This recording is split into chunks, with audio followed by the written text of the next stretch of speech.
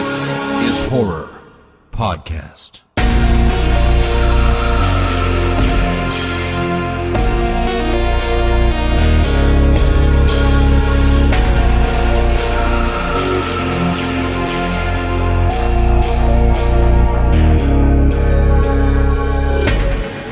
Welcome to This is Horror, a podcast for readers, writers, and creators.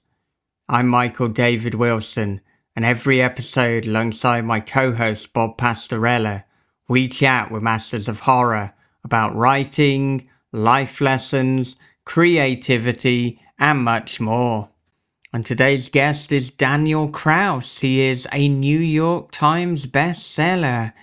He has co-written a number of books alongside Guillermo del Toro, including The Shape of Water and Troll Hunters. He's also written several excellent books, including Rotters and one of my personal favourites, Blood Sugar. And recently he co-wrote The Living Dead, a posthumous collaboration with the legendary George A. Romero. And in this, the first part of a two-part conversation, we are going to talk about Daniel's early life. We're going to talk about the 6 feature films that he wrote before writing his debut novel. We're going to look into reading habits of young adults. What is YA fiction? How can you distinguish it from adult? And a lot more. But before that, a brief word from our advertisers. From best-selling horror author Lee Mountford comes the Supernatural Horror Collection. 3 hugely popular novels in one box set. The Demonic, The Mark, and Forest of the Damned, together in one terrifying volume. Available in ebook and paperback, and a high-quality audiobook that is sure to get under your skin. Haunted houses, haunted forests, haunted people. Search Amazon and Audible now for the Supernatural Horror Collection. Don't just read horror, experience it. Do you like The Twilight Zone? What about Tales from the Crypt? Or perhaps Black Mirror? Well, we got you covered. The Other Stories is a weekly short story podcast. We've got sci-fi, horror, thriller, and weird stories delivered right to your podcast feed every Monday morning. So find us on your favourite podcast app or go to acast.com/The Other Stories. And remember, these aren't the stories your mother used to tell you. These are the other stories. Okay, well, with that said, here it is. It is part 1 of the conversation with Daniel Kraus on This is Horror. Daniel, welcome to This is Horror. Hey, thank you so much. Psyched to be here. It's an absolute pleasure. And as always, I thought we would talk a little bit about some of those early life lessons when you were growing up. So how was that growing up in Iowa? Right. So yeah, Iowa, middle of the country, not to be confused with Ohio or Idaho. It's sort of, it's sort of right smack in the middle, a little bit to the east of the middle, I guess. The heart of the heartland, so they say. It was very isolated, but it's one of those things where I don't think I realized how isolated it was until I was much older, because you're just in it. That's just your reality, and I'd never lived anywhere but a small town. So, I probably was post-college, because I went to college in Iowa City, University of Iowa, which is a big university, but still not a big city. And, it was a place where there was no sense of there being any kind of chance of living off making art in any way, It was generally a rural place, a lot of farmers and that kind of thing.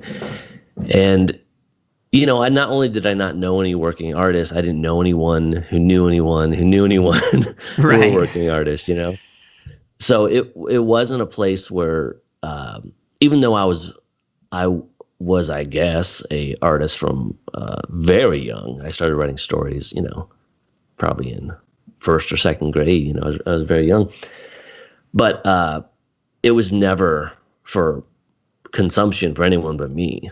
And even by the time I had graduated high school, at which point I'd written, several actual novel-length books, it never occurred to me to show them to anyone, because there was no point. There was never any discussion. It's so different today because no matter where you are, via the internet, you can have a sense of, you can see people doing it. You can reach out. You can tweet to somebody. The concept, the possibility of being a working artist of any sort, I think seems much more palpable, much more visceral. But in my town, it's just it was beyond even conception. No one ever even brought it up. So it sounds like there wasn't a lot of people that were readers, or it's just you didn't see that many people who were writing. Well, I didn't see that many people who were doing anything really artistic. But there were the usual things. Like there was the town had a community theater and all that kind of thing. But for somebody who was an avid writer and writing these big manuscripts, and I also made numerous movies with my friends. At some point when I was maybe like a freshman in high school, my dad bought a little crappy video camera, and I spent all of high school making little horror movies with my friends. And so I was doing all these things, but they were totally just for fun, and it was sort of understood that when I went to college, this would all stop, and I would concentrate on something that was viable. Right, I know the feeling. Yeah. But I was also fortunate, parent-wise, they encouraged it. But outside of that, it was like teachers were even. I had a teacher that was really surprised that I wanted to go to college. Yeah, he was like, "You're not going to go work with the plants?" I'm like, mm-hmm. Yeah, we had the version of the plant too. Mm-hmm. But I mean, I don't want to demean it too much. It was it was a nice enough place, and certainly there was no one kind of stomping me down. Everyone was, lightly supportive. Teachers thought I wrote good stories and all that kind of thing. But yeah, it kind of sticks out to me now how I think it's. But there's I think a silver lining to it though. I think today kids who want to write, they can really plug into that really, really early. If they're interested in writing and they're in fourth grade, well, there's all sorts of things they can do in online programs and forums where they can share their writing. And I think generally, I don't know what you guys think, but generally I think that's good. Like that's getting your writing out there and getting feedback. That's all probably great in the most part. But I think actually not showing anyone that anything that I wrote until, after college actually had sort of a positive benefit in a weird kind of way. Like, I never, I think when if you wrote something today and put it on an online forum, and you start listening to the comments, you're going to kind of start to, not necessarily, but I think it would be human nature to start to listen to some comments and then sort of end up in this sort of safe middle space where the highest number of people are sort of saying you're doing the right thing. But by never sharing anything, weirdly enough, I think I sort of came up with my own style, and even more than that, in a sort of business way, I was uninterested in feedback in a weird kind of way. Like I was really writing for myself, and that's really helped me professionally, because I'm not, when a book comes out, I don't generally read any reviews or anything like that. I'm not plugged into that kind of part of it. Like when a book comes out, I usually have to work myself up about it, like it's something that I'm just not that interested in. Like I'm super into the writing of it, just like I was when I was a kid. And everything beyond that is sort of like, yeah, I guess the book has to come out at some point, blah, blah, blah.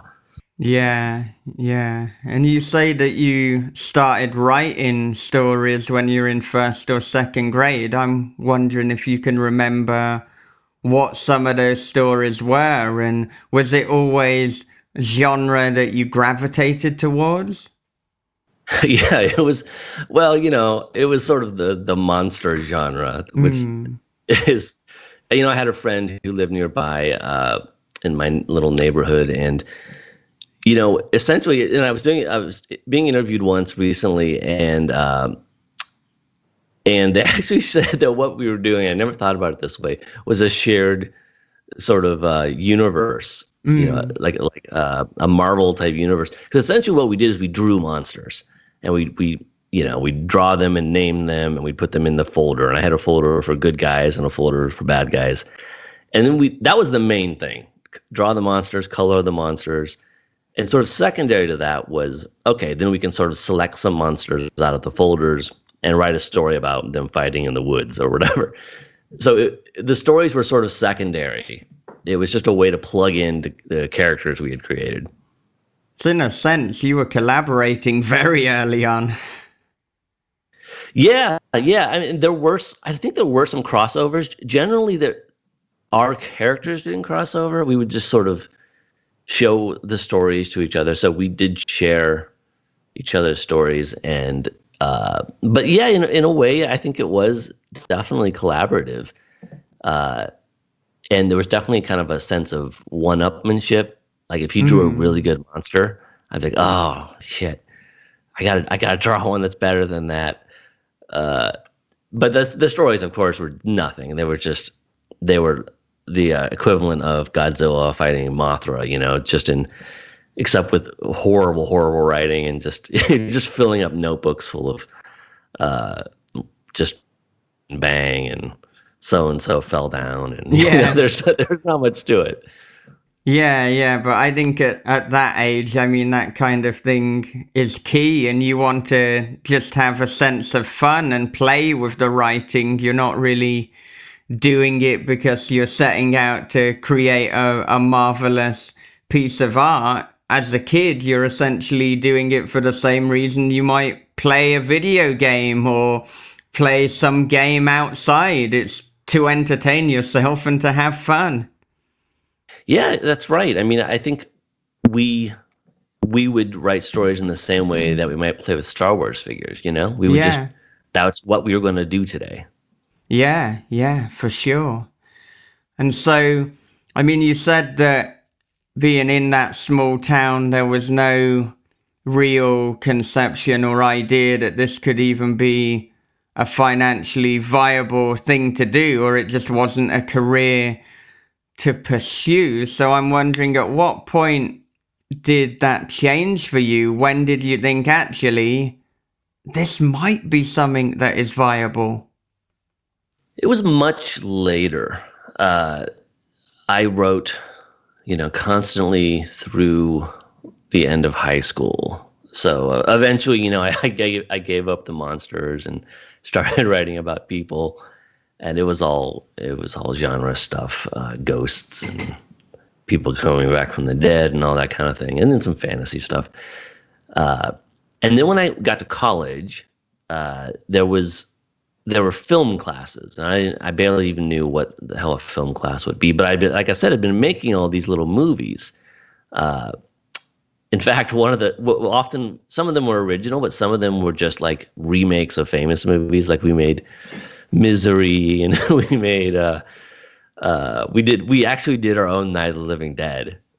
So somewhere there's a video of me and my friends redoing like a 10-minute version of Night of the Living Dead, where I get killed in the first scene. I'm Johnny in the first scene.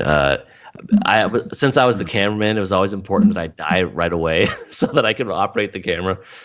Anyway, I'm on a total tangent. Okay, so I get to college and they have film classes and all that stuff, and suddenly there's people who, because people are coming from all over the country to go to school here, and they're much more aware of what's out there, and some people have even they're from much bigger cities and they know people who work in the film business. And it suddenly seemed like film might be an actual thing to do. I still didn't understand anything about how one would make money doing novels, but I started to understand what a film crew was, and that you could focus on sound or camera operation or something, and you could make a living doing that. And then at some point there was an opportunity to go to Chicago to intern on a medium-sized independent film, and I did that, and I really spent most of my 20s in the film business. I didn't live in Hollywood, but I directed, I think, six feature films, most of them documentaries, and they were reasonably successful. They all played on TV, and a couple of them PBS, and then it really wasn't. At some point, I kind of got burned out on it, and sort of itching at the back of my mind was really, what I really wanted to do was go back to my first love, which, had been my entire youth, writing books. I still didn't really know how to go about it, but at least I had at that point I'm 30 or something, so I did have a better sense of, what's possible in life. I would say probably doing the documentaries, spending so much time doing that probably gave you a sense of structure as far as, story. It would have to, in a way, even though it's not fiction. To me, I think the really good documentaries that I've enjoyed feel like they could not be true. You know what I mean? It's like this is like they're telling a story, and it's true. It's real. You got the real people there, but I always have this sense in the back of my mind. It's like this could be like a weird, like, found footage movie.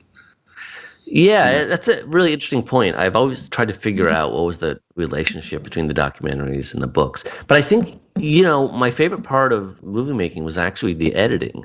And I always wondered, when the Oscars come around, they have best editing. I always think best editing should always go to documentary. With narrative films, you have a very tight map. You have the script. You know exactly how you're going to edit. But documentaries, you don't know anything. This is a big bunch of footage, and you got to completely create the movie through editing. So I think that there's probably something there. Like you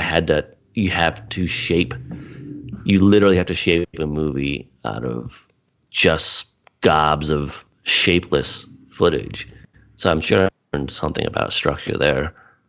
Yeah. Yeah, I mean, it probably may have been something that's unconscious, but I mean, it's your structure that you have that you're working with from the works I've read of yours, it's strong. Yeah. That's a good theory, anyway.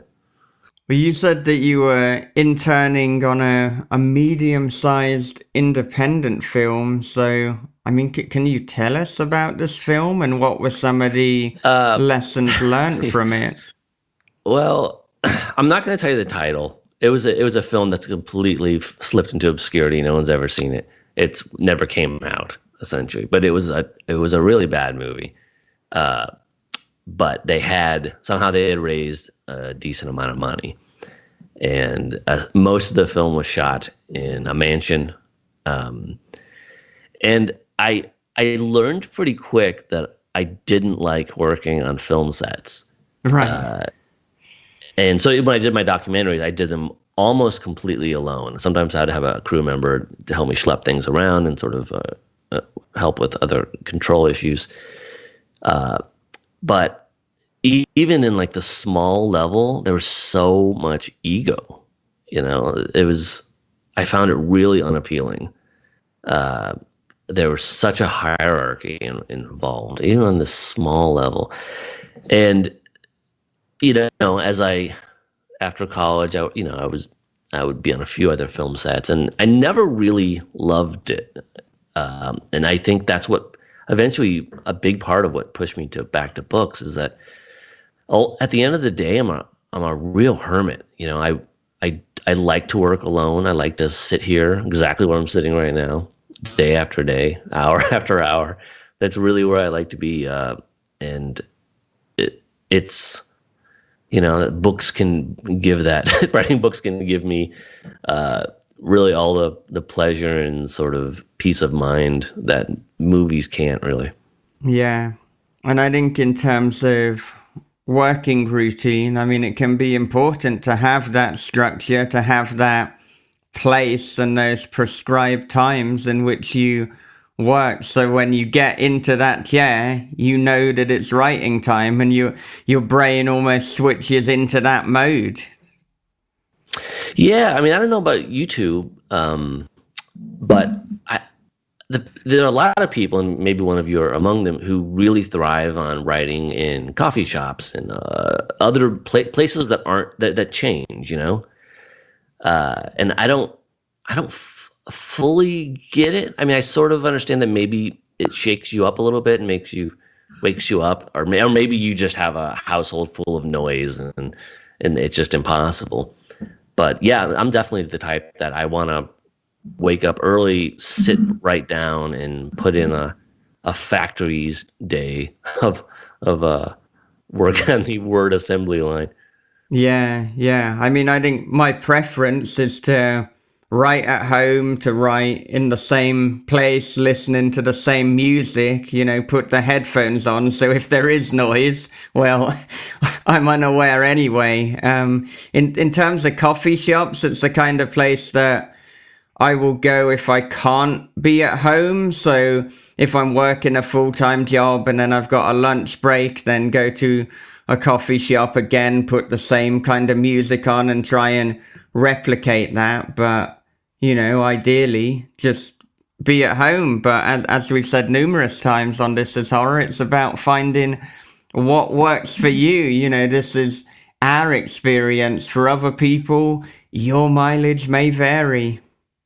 Yeah, and you know, it in your lifestyle, it dictates everything. And you know, there was a period where I'm on the plane constantly, so I had to, you know, realize, okay, I'm going to have to start writing on planes. And so you just do what you got to do. Yeah. And in fact, you saying that, it reminds me. I mean, there's been numerous times where, I mean, when I was working part-time, so I had about 5 days where I'm writing, and then one or 2 days where I was going and teaching.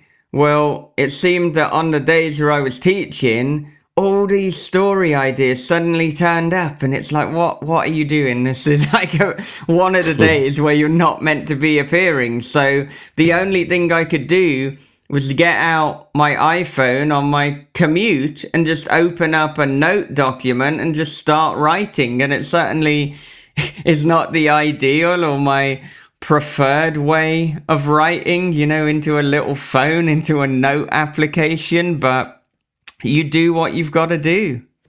Well, you know, when I did have a day job, and I was essentially writing on the weekends, there was the silver lining to it was that all week I was thinking about the next scene I was going to write, you know?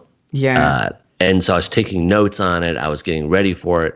So when Saturday morning came, man, I was ready. And I wrote like a fiend. And the scenes were good because I had been thinking about them for 5 days.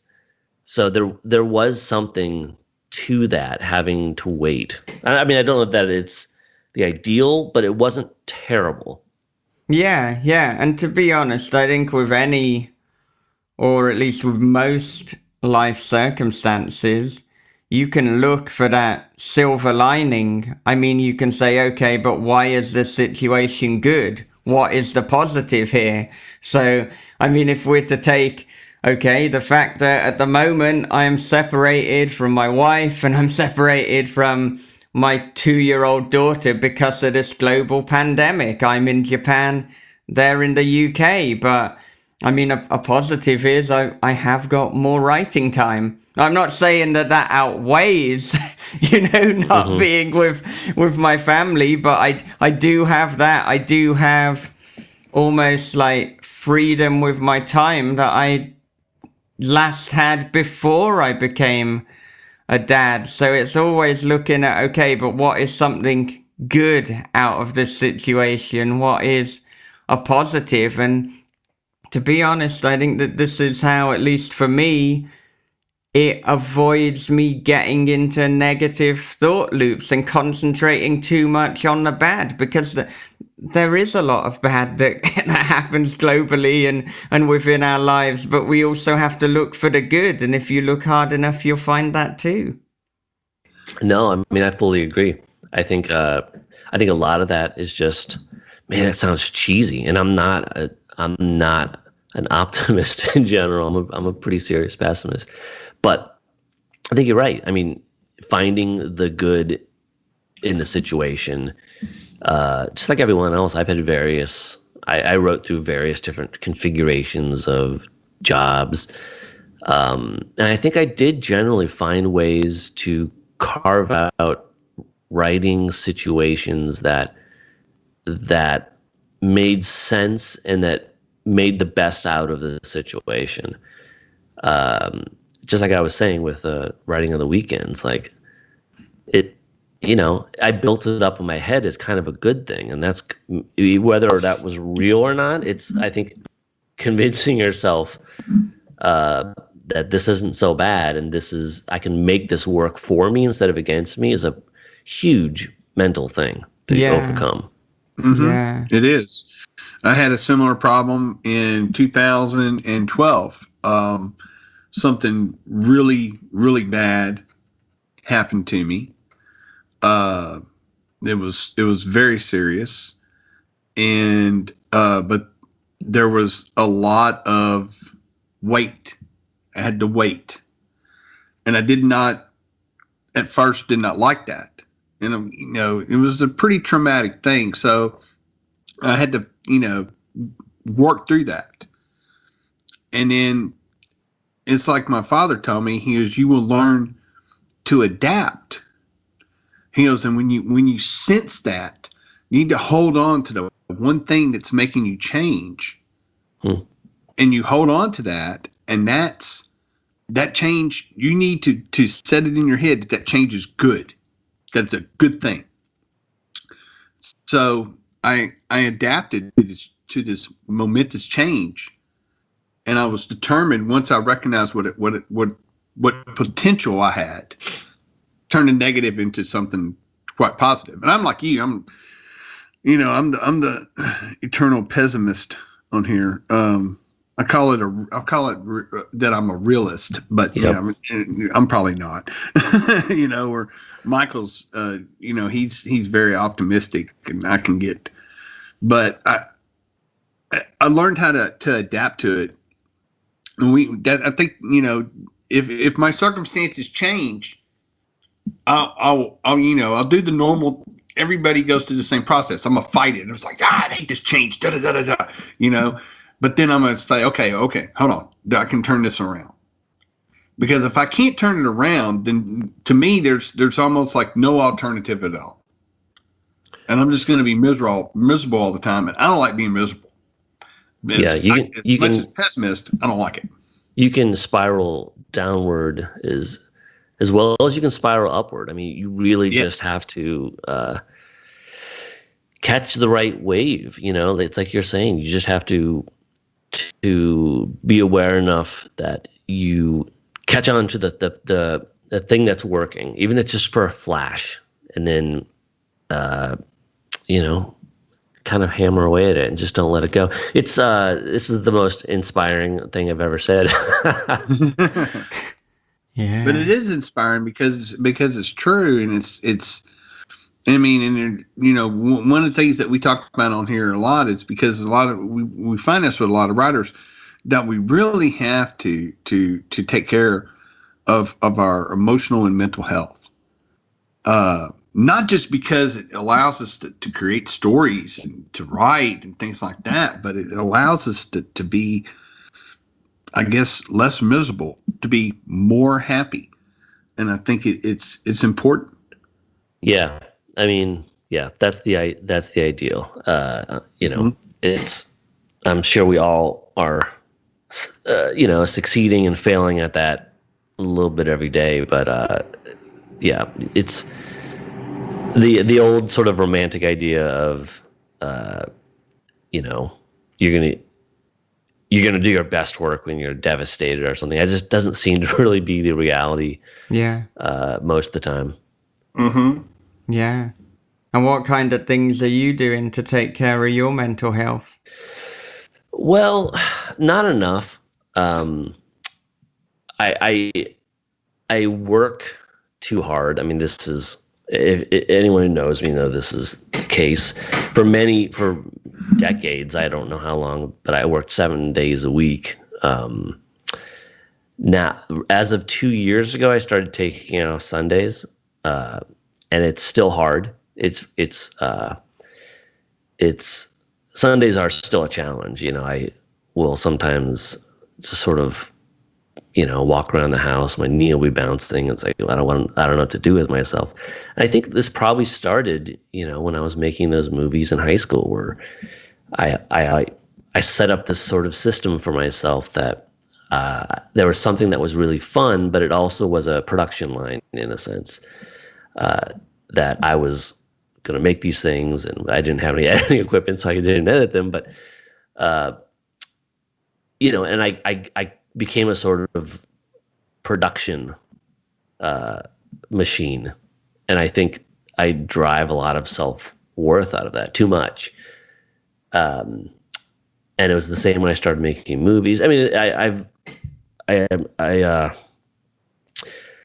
I need to back off on it a little bit. It's hard. It's in some ways it's harder now because I'm getting more opportunities than I've ever had before. So there's more things to say yes to.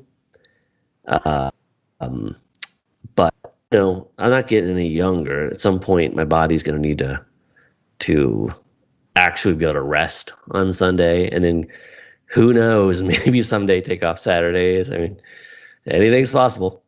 Yeah, I hear what you're saying there, and I mean, I have a kind of similar attitude and actually find it quite difficult to just take a day off because there's so many different things that I have going on. But I mean, I've also burnt out a couple of times, like once in 2016 and once last year. So I know that it is important for me to have some sense of rest. So, I mean, I found Go on. Well, what format did the burnout take? Like, what did it look like?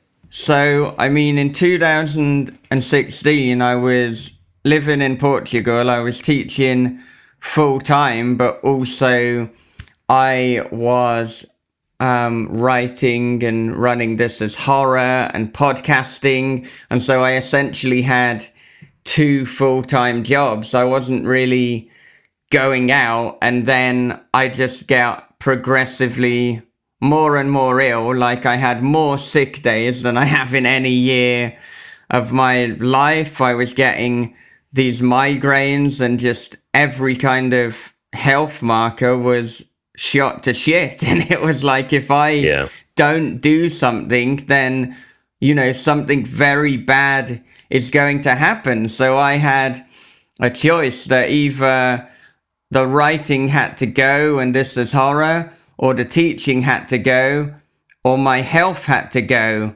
And, well, there was no way that I was letting go of This Is Horror and the writing. And it's interesting that I lead with that one, but that's how my kind of mind works. That was the first thing that it's like, well, that can't go. But obviously, if my health goes, then everything else goes. So it had to be the teaching. And so after that year, I stopped teaching full time.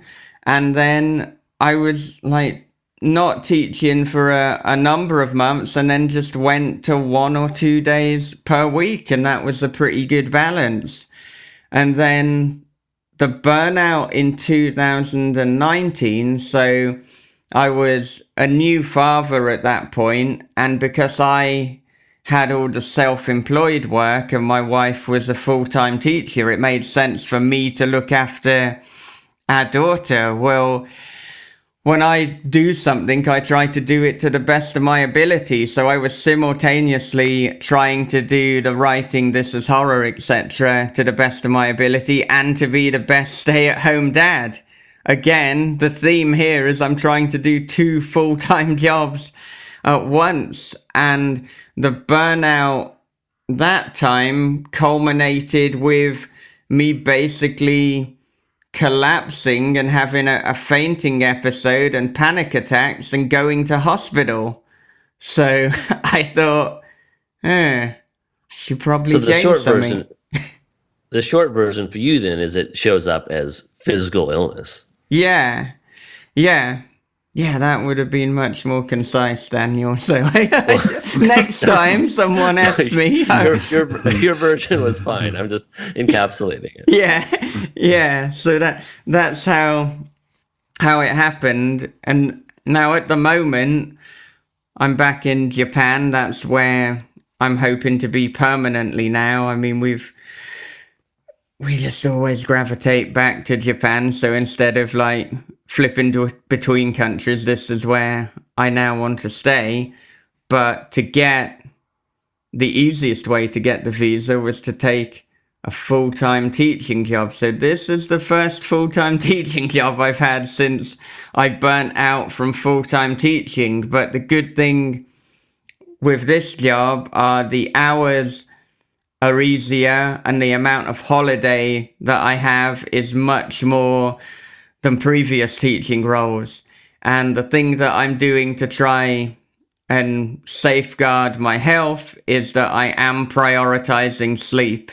So I'm shooting to get at least those 8 hours of sleep every night. And, you know, to be honest, sometimes it slips into 7. I shouldn't let that happen because I know that when I get less than 8 hours, it can be a bit of a slippery slope.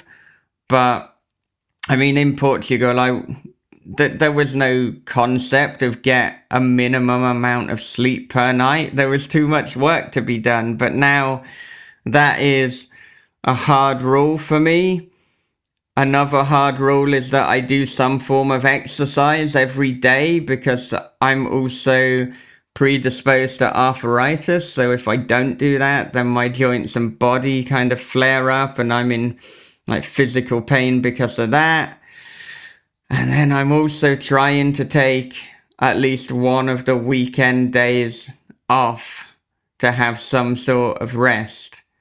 And, you know, I'm aware that I am treading a fine line at the moment, but there's a lot of things that I want to achieve. And so I'm doing my best to have some sort of work-life balance. And if health slips, then I adjust accordingly. But yeah, it's a dance and it can be a dangerous dance, but so far, being back in Japan, fingers crossed it's going okay. And one of those big holidays is coming up soon because I've got the entirety of August off. So that is going to be a bit of a treat. Good, great. Yeah. Also known as the month that we do a lot of podcasts. Yeah, probably so.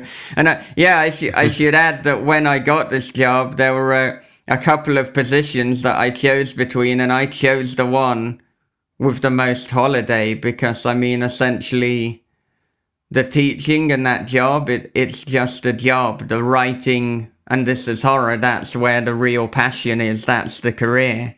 Yeah, time is the most valuable commodity by far. Yeah. But I mean, let's jump back then to, you said that you started interning on the film in Chicago. You're in Chicago now, so I mean, have you lived in Chicago ever since then, or did you go back to Iowa and now you're in Chicago? So let's talk about Chicago and then how that has been more receptive and easier to attain this writing life. Yeah, I mean, it was attainable anywhere. It was my head that wasn't connected to reality in the the possibilities. So yeah, after college, I went to lived in North Carolina for a little while, and then my wife and I moved to Chicago, and been there ever since. I love it here. Yeah, I hope to never move again. And it's, I want to say it's a great place to write, but really the way I work, I think, since I just sit here and I rarely leave the house, it doesn't really matter where I live. It's just sort of what place makes me happy. But the work is still going to be, in some room that has four walls. So that part doesn't change much. But as far as just the energy and the general happiness of where I want to be, I choose here. Yeah. Mm-hmm. I had that romantic notion of writing in a coffee shop once. And I think I'd seen, and if he's listening, I'm sorry if I'm wrong about this, but I'm pretty sure it was Tim Wagner. I think he writes in coffee shops.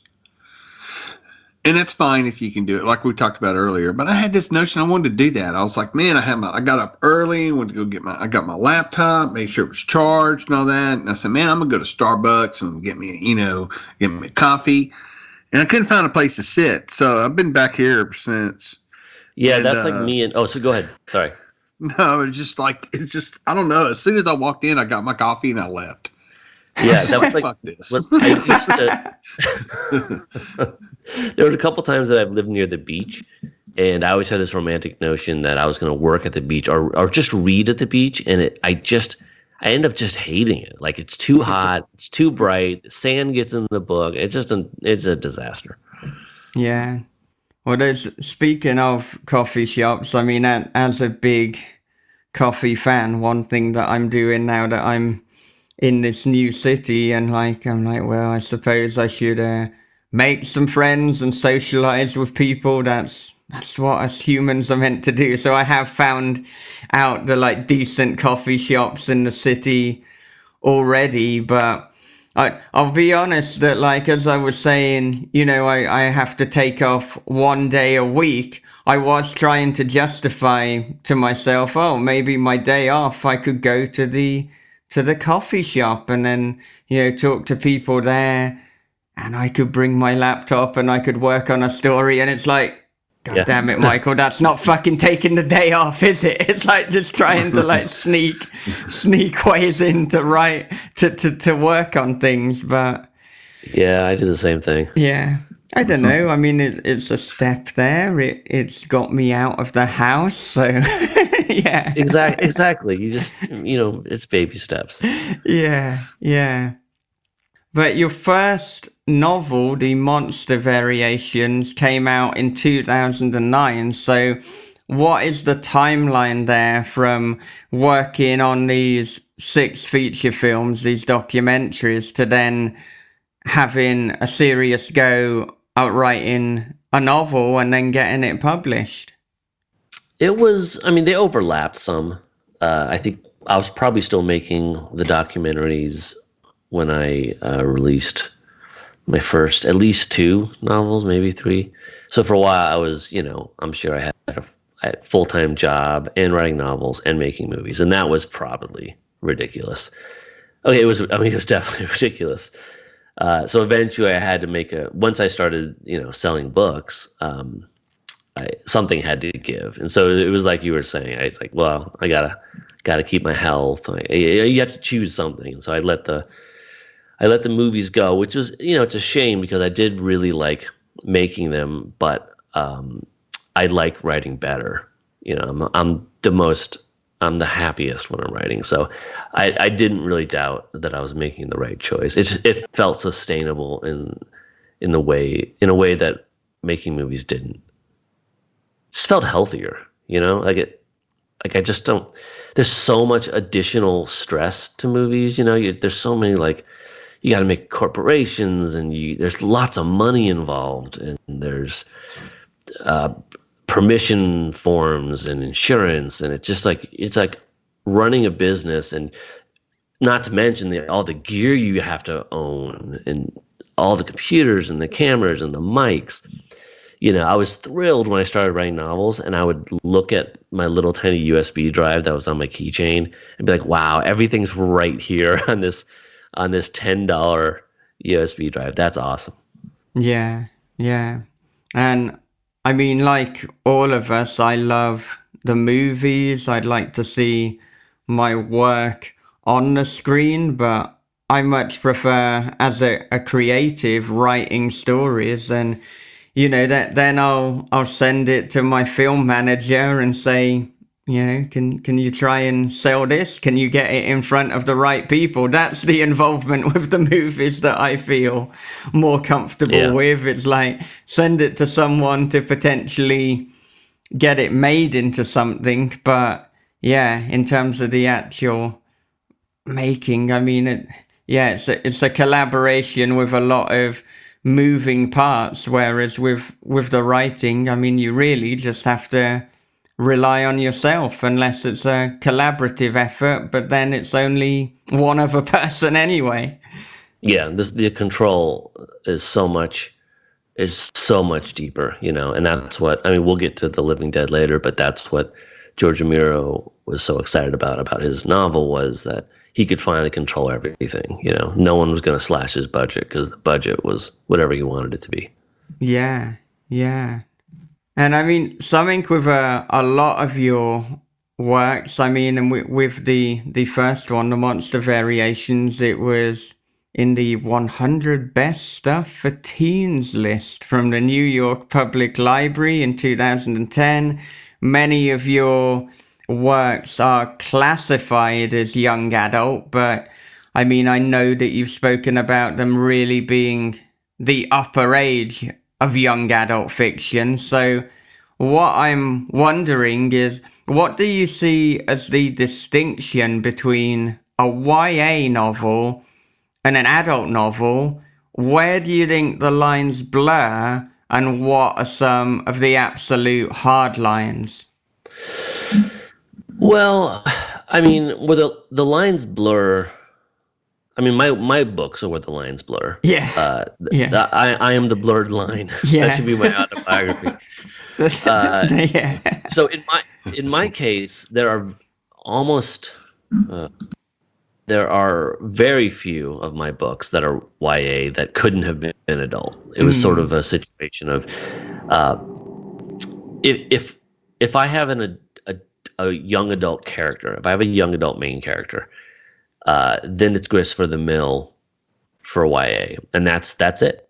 I can write as densely and as darkly as I want, and I think my books like Ben Heavens and Scowler are quite dark. As long as I have a young adult character, it can fit into that upper fringe of YA.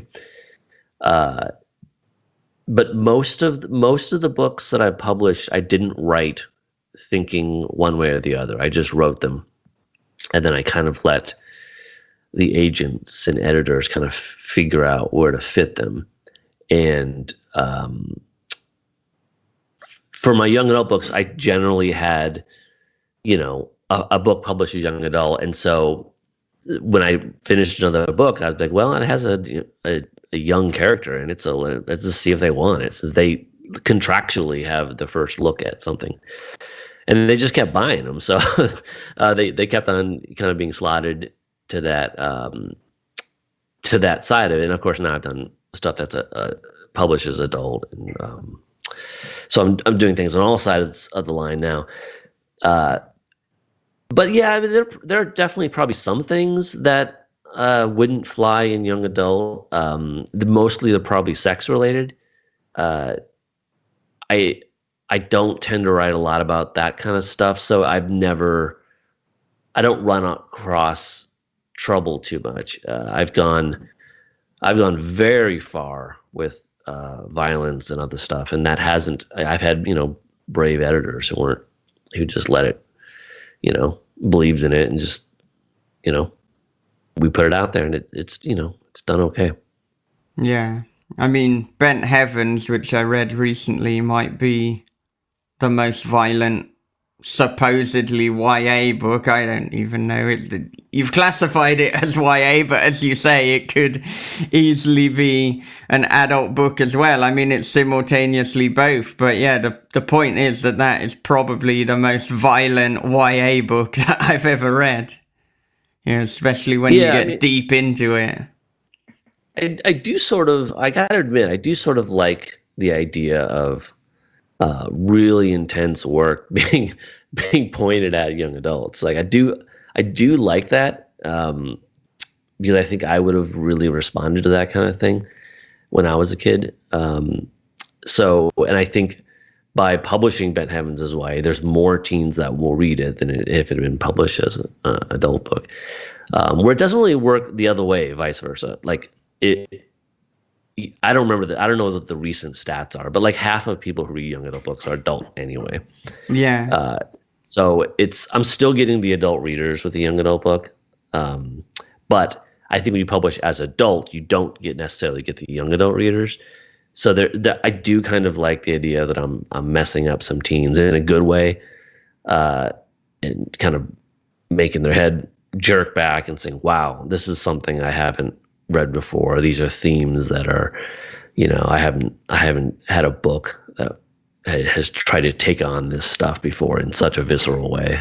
Yeah, I wonder how many teens are just reading YA fiction, because I mean, if I think back to my childhood and pretty much everyone who we talked to on This Is Horror, I mean, the books that we were reading as a kid, as a young adult, they were adult books. I mean, typically people are talking about Stephen King and Clive Barker and Shirley Jackson. So I do wonder now what are the habits of young adults, of teenagers, in terms of reading. I didn't read young adult books at all. I mean, the thing is, they didn't really exist when we were all kids in the way that they do now. There were sort of, what they call juvenile literature. There was, books about, various social issues that teens needed to know about or whatever. But I certainly didn't read any of them. I'm just like you said, I went directly from, at some point in 5th or 6th grade, started reading Stephen King. It's like everyone else on your show. Mm-hmm. So the genre just didn't exist, but there's in the way that it does now. But I think it has changed a lot. I mean, I think now there is a big chunk of young people who do read this literature, and I think a big portion of the reason for that is that it's being put in front of them. These books are being given to school librarians and so forth, and they're presenting them to kids and saying, here's some new books, let me talk about them to you, let me share them with you. And so there's sort of a direct conduit into the kids' hands, that there wasn't when we were young. We had to just go stumble around the library and be like, oh, I remember seeing that movie Christine, maybe I'll read the book, Yeah. So I guess if you've got YA fiction, then even if it wasn't what the kid picked up themselves, if they went to the library, it's what the school teacher or whoever is actually going to physically hand them. I guess as well, from a commercial aspect, if you know that you've got a load of school libraries ordering in those books, I mean, that's going to be good in terms of profit and in terms of sales. Yeah.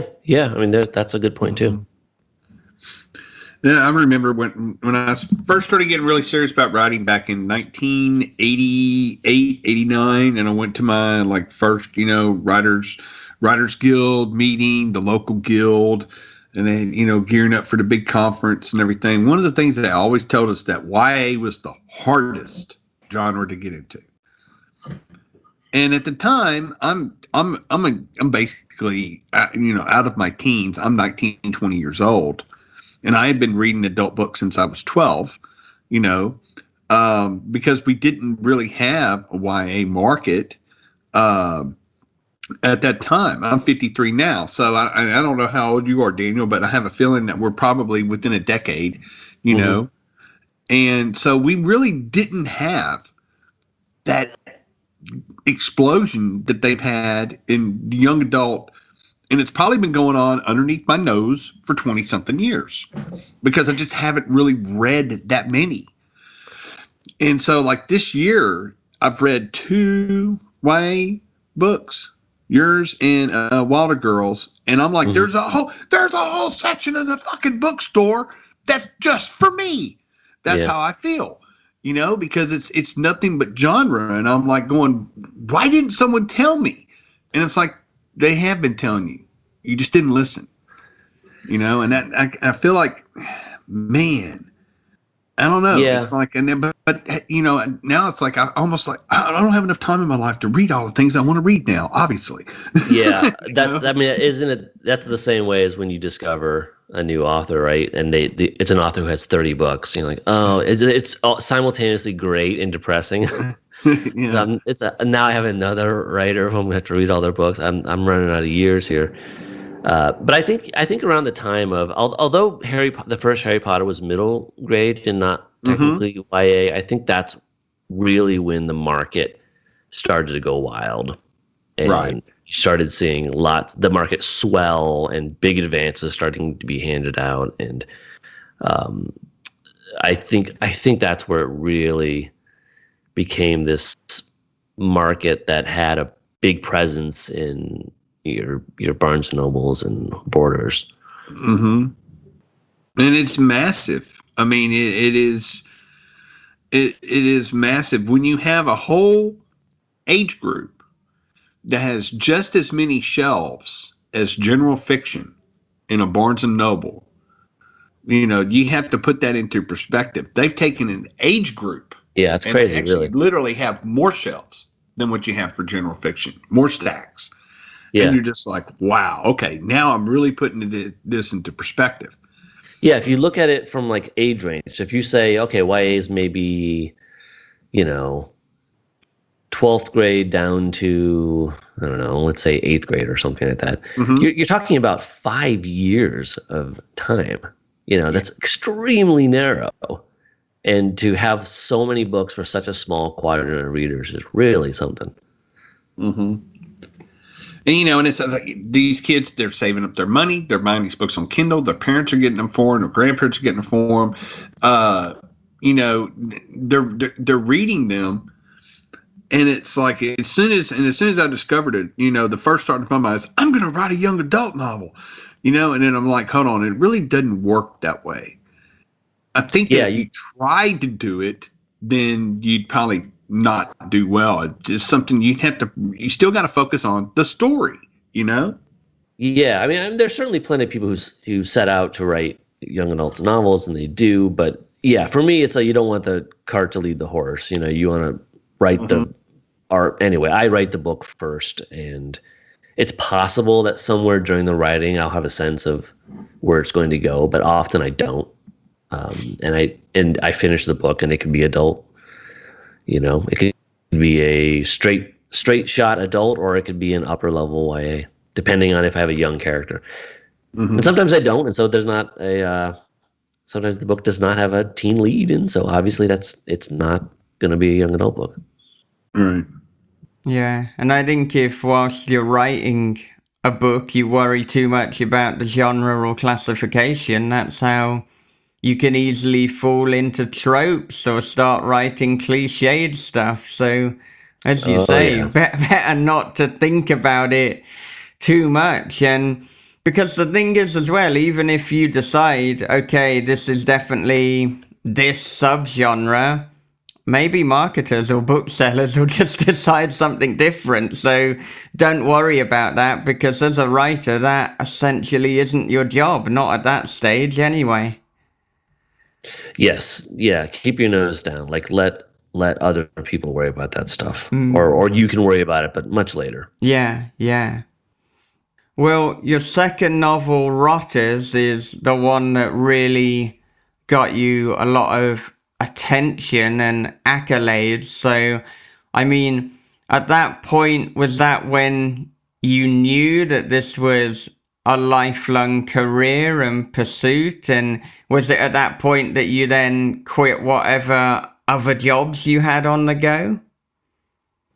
No, I mean, I kept working for a long time. It might be my Iowa roots, but I'm extremely prudent with money, and so I worked longer than I probably had to, just because I'm very careful with that kind of stuff. But yeah, I think it was the book that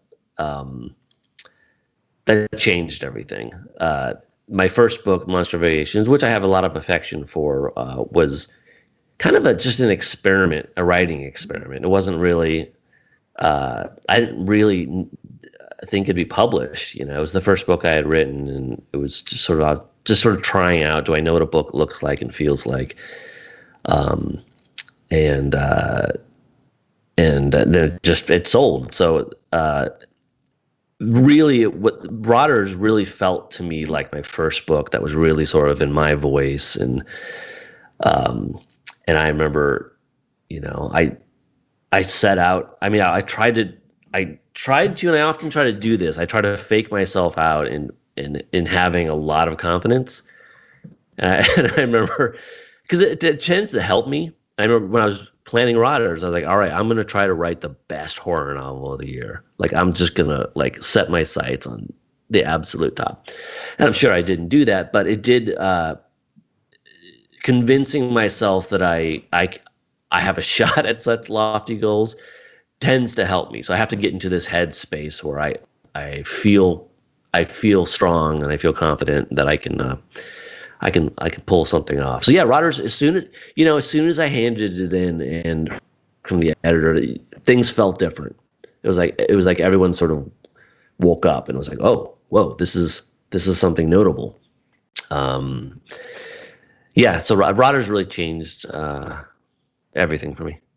Yeah, and it's a novel that has both Chicago and Iowa in terms of that sense of place and drawing on that own personal experience. Yeah, it probably is the most autobiographical of my books, and it does involve it's me sort of in reverse. It does involve a teenager who lives in Chicago and then ends up, you know, being sent to Iowa, essentially. Yeah. In the middle of nowhere. And a lot of my books take place in Iowa. I obviously have some unresolved feelings about Iowa that I am working out in my books that are less specific to Iowa and more specific to sort of small towns and rural towns in America, and sort of what happens there, and then the problems inherent in small towns. Yeah. It's my understanding that whilst you were writing Rotters, you had a news alert for grave robbing. So on that basis, I'm wondering what were some of the more bizarre things that you uncovered or that you dug up, if I'm going to use an awful pun, and apparently I am. Yeah, well, yeah. So that was a book about grave robbing, modern day grave robbing, and I mean, I couldn't tell you specific things, but I can tell you about the volume that was so shocking. So I set up a Google alert just for grave robbing, and I swear to God, every week I would get something. Yeah. Like grave robbing. There's not a secret network like exists in my book, where I guess if there were, I wouldn't know it because it'd be secret.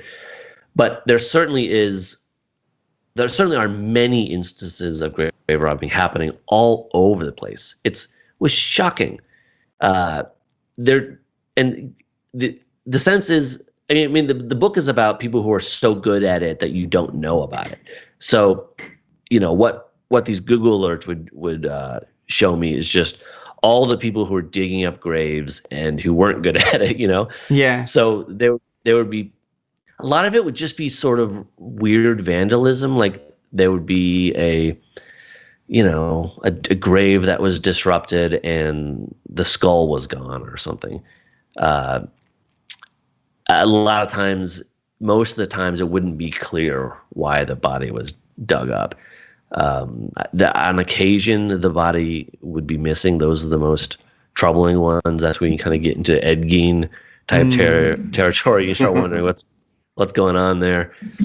But most of them were just small time occurrences, but still, it's wild that it's something that's happening so often, and that it's something that's still in the mind, it's still in the ether. That hey, tonight, let's you and me go out and rob this grave.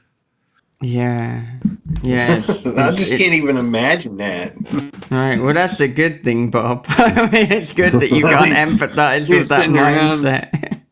You're sitting around hitting the bong. I mean, to me, that's just not the thing that, hey, it'd be really cool right now. We go rob a grave. I'd just be like, nah, I don't think I'm gonna do that. I could be wrong, but I feel like I've heard of somebody robbing a grave to make a bong out of the skull. It sounds, it's believable. Cool. It is believable. I don't know if I'd want to even handle it, though. It'd be like, hey, that's a weird looking bong. It's a real skull. I'd be like, it's going to stay right there. Weird deal. Yeah. I don't even smoke weed, but I'd be like, I ain't even touching it. It's like skull being real. And, one of the things that, that I learned about when researching for rotters is, I mean, a lot of these caskets, they're not going to just be full of bones. I mean, depending on how old the body is, might be digging up a very disgusting, half liquefied, very unappealing to handle physical object. So I mean, if you're looking for a bong and suddenly you're in this, you're like wrist deep in human goo, that's not what you thought you were getting into when you were smoking your weed and thinking this was a great idea. Yeah, that just sounds that could be a horror story unto itself. Yeah, the detail, the rotters is filled with detail, very visceral detail. But the one that to this day that people talk to me about is coffin liquor. So coffin liquor is a real term. There's a lot of stuff in that book that goes back to the original sort of Edinburgh era grave robbers, and they had a term for exactly what I was saying, sort of the black goo that sort of starts a body eventually sort of starts melting. Right. And they called it coffin liquor. And there's something about that detail, that word, that phrase, that people just really respond to. And when someone has read the book for the first time and I get an email or something, it's always like subject line coffin liquor. Yeah. Oh, wow. That's just nasty. I mean, just like you would think the people would have more sense, especially, if the grave robber, if they end up finding a casket that's like got coffin liquor, and then, I mean, to me, if I was going to do it, I'd be really smart to be like, okay, I need to find somebody who died 100 years ago. But I still think that if they were doing, I don't know, the embalming process back then. So it could have been, you might just get, you could still get something pretty gooey. Yeah, and that's all talked about in the book too. There's embalming processes do things to the bodies, does things to the soil. There's just a lot. There's a lot to be considered. The grave robbers in rotters generally, they do a lot of research before they dig, because they're looking for artifacts. In a way they're sort of Indiana Jones types. And sometimes if someone who's been buried with something valuable, you can't wait long because somebody else will get it first. So you have to wade into the goo. Yeah, man, it's grisly. Thank you so much for listening to This Is Horror with Daniel Kraus. Join us again for the second and final part of the conversation. And in that episode, we are getting into all things George A. Romero. We're talking about The Living Dead. We're talking about unfinished Romero projects. We're talking about some of the lesser known things about George A. Romero. So plenty to look forward to, plenty to enjoy, and you could get that ahead of the crowd. You could get every episode ahead of the crowd, and all you need to do is become a patron, to head over to patreon.com/thisishorror, and from as little as $3, you can join us. You can join the This Is Horror podcast family. So check it out, see if we're a good fit for you. And if we are, well, I look forward to welcoming you to the family. Okay, before I wrap up, it's a little bit of an advert break. Do you like The Twilight Zone? What about Tales from the Crypt? Or perhaps Black Mirror? Well, we got you covered. The Other Stories is a weekly short story podcast. We've got sci-fi, horror, thriller, and weird stories delivered right to your podcast feed every Monday morning. So find us on your favourite podcast app or go to acast.com/The Other Stories. And remember, these aren't the stories your mother used to tell you. These are the other stories. From best-selling horror author Lee Mountford comes the Supernatural Horror Collection. 3 hugely popular novels in one box set. The Demonic, The Mark, and Forest of the Damned, together in one terrifying volume. Available in ebook and paperback, and a high-quality audiobook that is sure to get under your skin. Haunted houses, haunted forests, haunted people. Search Amazon and Audible now for the Supernatural Horror Collection. Don't just read horror, experience it. As always, I would like to end with a quote. And this is from Tim Ferriss. Think big and don't listen to people who tell you it can't be done. Life's too short to think small. I'll see you in the next episode for the second and final part of the conversation with Daniel Kraus. But until then, take care of yourselves, be good to one another, read horror, keep on writing, and have a great, great day.